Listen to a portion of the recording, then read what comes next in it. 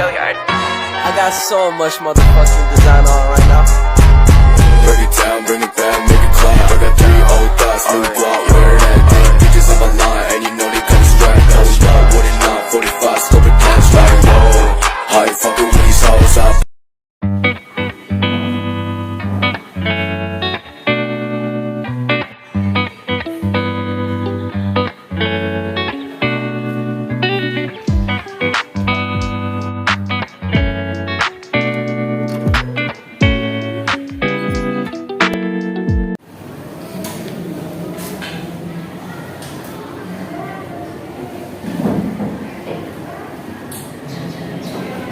Assalamualaikum warahmatullahi wabarakatuh. Waalaikumsalam warahmatullahi wabarakatuh. Selamat pagi. Selamat datang di kelas kembali setelah libur 2 minggu ya. Sebelum memulai pelajaran, mari kita berdoa menurut agama dan keyakinan masing-masing. Berdoa.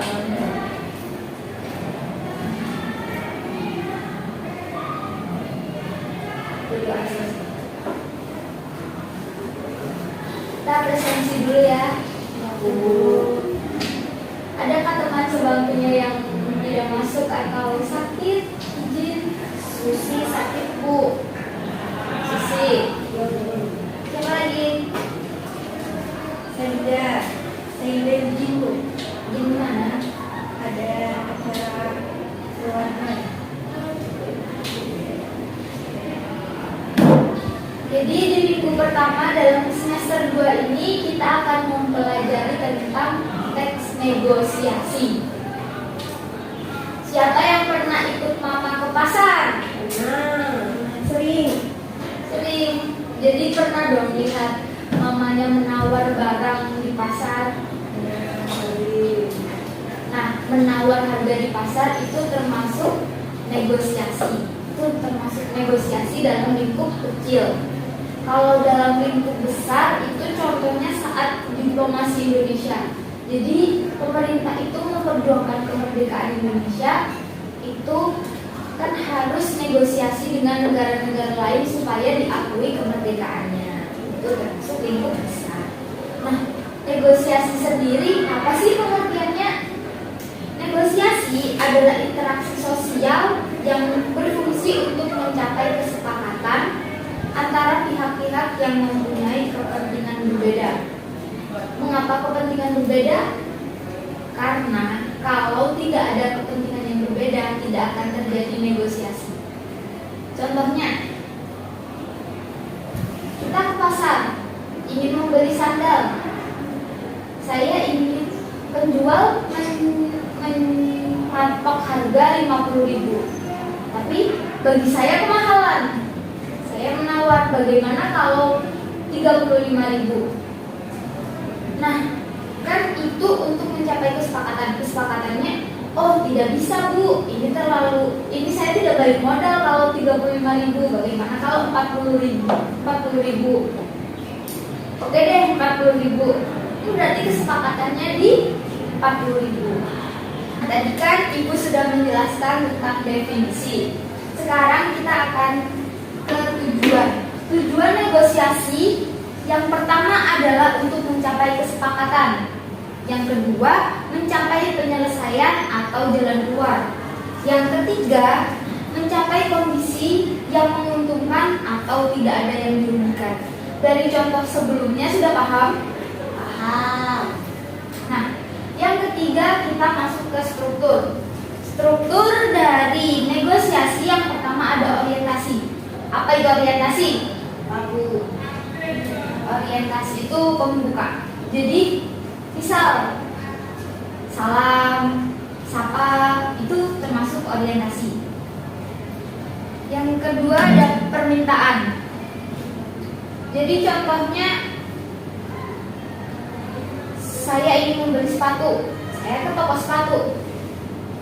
Bu, adakah sepatu ini? Nah, yang ketiga ini kan pemenuhan. Si penjual bilang ada bu. Kemudian masuk ke penawaran. Penawarannya berapa bu? 50.000.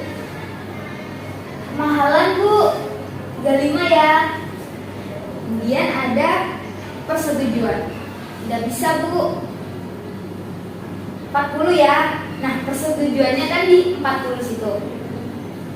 Kemudian ada pembelian kan pembayarannya. Kemudian ada penutup. Penutupnya ini terima kasih Bu atau maaf. Itu bisa jadi penutup.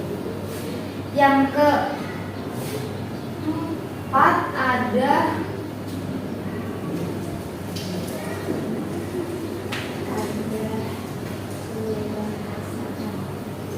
kaidah kebahasaan. Kaidah kebahasaan dalam teks negosiasi ada kalimat berita, kalimat tanya, dan kalimat perintah. Secara tidak langsung kalian akan kalian akan mengucapkan 3 kalimat itu saat bernegosiasi. Kalian akan mengucapkan kalimat berita, kalian akan mengucapkan kalimat tanya, dan kalian akan mengucapkan kalimat perintah. Sudah diajari kan kalimat berita, kalimat tanya, kalimat perintah? Sudah Bu. Sudah tahu dong. Yang kelima ada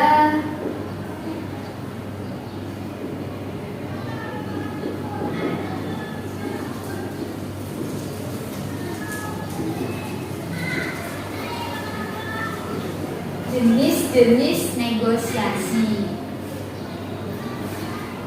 Jenis-jenis negosiasi yang pertama ada dari jumlah pihak yang terlibat. Ada yang dengan pihak tengah, ada yang tanpa pihak tengah. Dengan yang tanpa pihak tengah itu contohnya yang bisa jual beli tadi, kan tanpa pihak tengah. Kalau dengan pihak tengah, contohnya Yanti dengan Aida sedang bertengkar. Saya sebagai pihak tengah yang akan merukunkan kalian. Nah, itu dengan pihak tengah. Kemudian ada dengan situasi yang ada. Situasi. Ada situasi normal, ada situasi non formal. Situasi normal ini dengan cara menempuh jalur hukum. Jadi sampai ke meja hijau, sampai ke kepolisian itu disebut negosiasi formal. Non formal ini sama dengan sebelumnya. Jadi ya sama dengan itu. Yang ketiga ada negosiasi keuntungan dan kerugian. Keuntungan dan kerugian ini dibagi menjadi 4. Yang pertama ada kolaborasi. Kolaborasi ini dalam kata lain itu win-win. Jadi semua pihak negosiasi bisa berbicara atau semuanya ini diuntungkan. Contohnya, kalian berebut jeruk. Kita bernegosiasi nih. Kamu mau apa dari jeruk ini? Misal, Aida mau, aku sebenarnya mau dagingnya. Si Yanti ini mau kulitnya saja. Nah, bisa tuh. Jadi Yanti dapat kulit, Aida dapat jeruk. Kan sama-sama diuntungkan. Nah, itu contoh dari negosiasi kolaborasi. Yang kedua ada dominasi. Dominasi ini satu untung, satu tidak. Contohnya jual beli tadi. Jual beli tadi, kira-kira penjualnya untung atau tidak? Kalau kita menawar harga dengan harga pas, tidak hanya balik modal, ya. Tapi tidak dirugikan kan? Iya. Nah, itu masuk tujuan dari negosiasi. Jadi tidak ada dirugikan, tapi tetap memberikan solusi. Itu dominasi. Yang ketiga ada akomodasi. Akomodasi ini semua pihak mendapat keuntungan sedikit. Jadi tidak rugi, tidak impas, tapi keuntungan sama-sama sedikit. Contohnya Aida punya toko parfum. Saya penjual parfum. Saya ingin masuk ke toko Aida. Saya membandrol harga 35.000. Tapi Aida bilang, saya tidak bisa kalau harga segini. Nah, kita bernegosiasi nih, cari jalan tengah. Jalan tengahnya, bagaimana kalau kita trial 1 bulan? 1 bulan. Kalau penjualannya bisa dengan harga segitu, berarti kita lanjut. Kalau tidak, ya berhenti, cukup sampai di sini. Nah, itu kan sama-sama sedikit untungnya, tidak rugi. Nah, itu contoh dari akomodasi. Yang terakhir, loss. Jadi semua pihak tidak rugi, inflasi pas. Dan ini hanya untuk menghentikan masalah, menghentikan konflik. Contohnya, Yanti bermasalah dengan Aida. Aida meminta maaf, tapi Yanti ini masih sangkal lah bahasanya ya, masih marah. Tapi karena profesional sebagai teman, sebagai sama murid, jadi Yanti ini dengan memaafkan walau tidak ikhlas. Nah, itu hanya menghentikan konflik. Nah, itu termasuk negosiasi loss. Dari sini ada pertanyaan?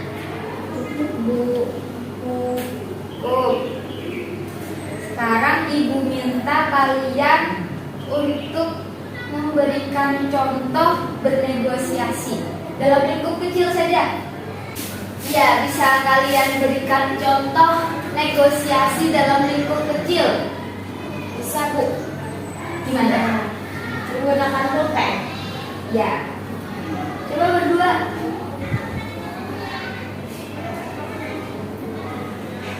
Aida, ada pulpen tidak? Ada. Aku punya 2 pulpen, ada yang warna biru dan warna hitam. Boleh pinjam 1? Boleh. Ini yang warna biru. Tapi aku tidak suka warna biru. Oh ya sudah, berarti yang warna hitam. Aku yang warna biru. Dia pinjam ya? Iya. Nah, itu Aida meminjamkan pulpen pada Yanti. Karena Yanti tidak suka warna biru, maka Aida meminjamkan warna hitam. Nah, itu termasuk jenis negosiasi apa? Dominasi. Yang satu untung, yang satu tidak dirugikan, Tapi tidak untung juga. ya.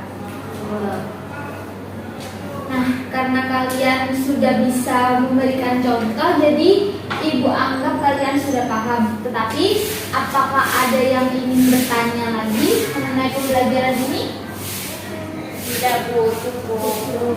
Ya. Jadi setelah pembelajaran ini, Ibu harap kalian mampu menganalisis isi, struktur, kebahasaan, dan jenis dari negosiasi. Nah, karena waktunya sudah siang, jadi Ibu cukupkan sampai di sini. Sampai bertemu kembali di kelas selanjutnya. Assalamualaikum warahmatullahi wabarakatuh. Waalaikumsalam warahmatullahi wabarakatuh. Terima kasih, Bu. Saya Nur Azhari Chandra Oktaviani dengan NIM 201116161200111 telah menyelesaikan tugas mata kuliah pembelajaran mikro. Sekian dari saya. Wassalamualaikum warahmatullahi wabarakatuh.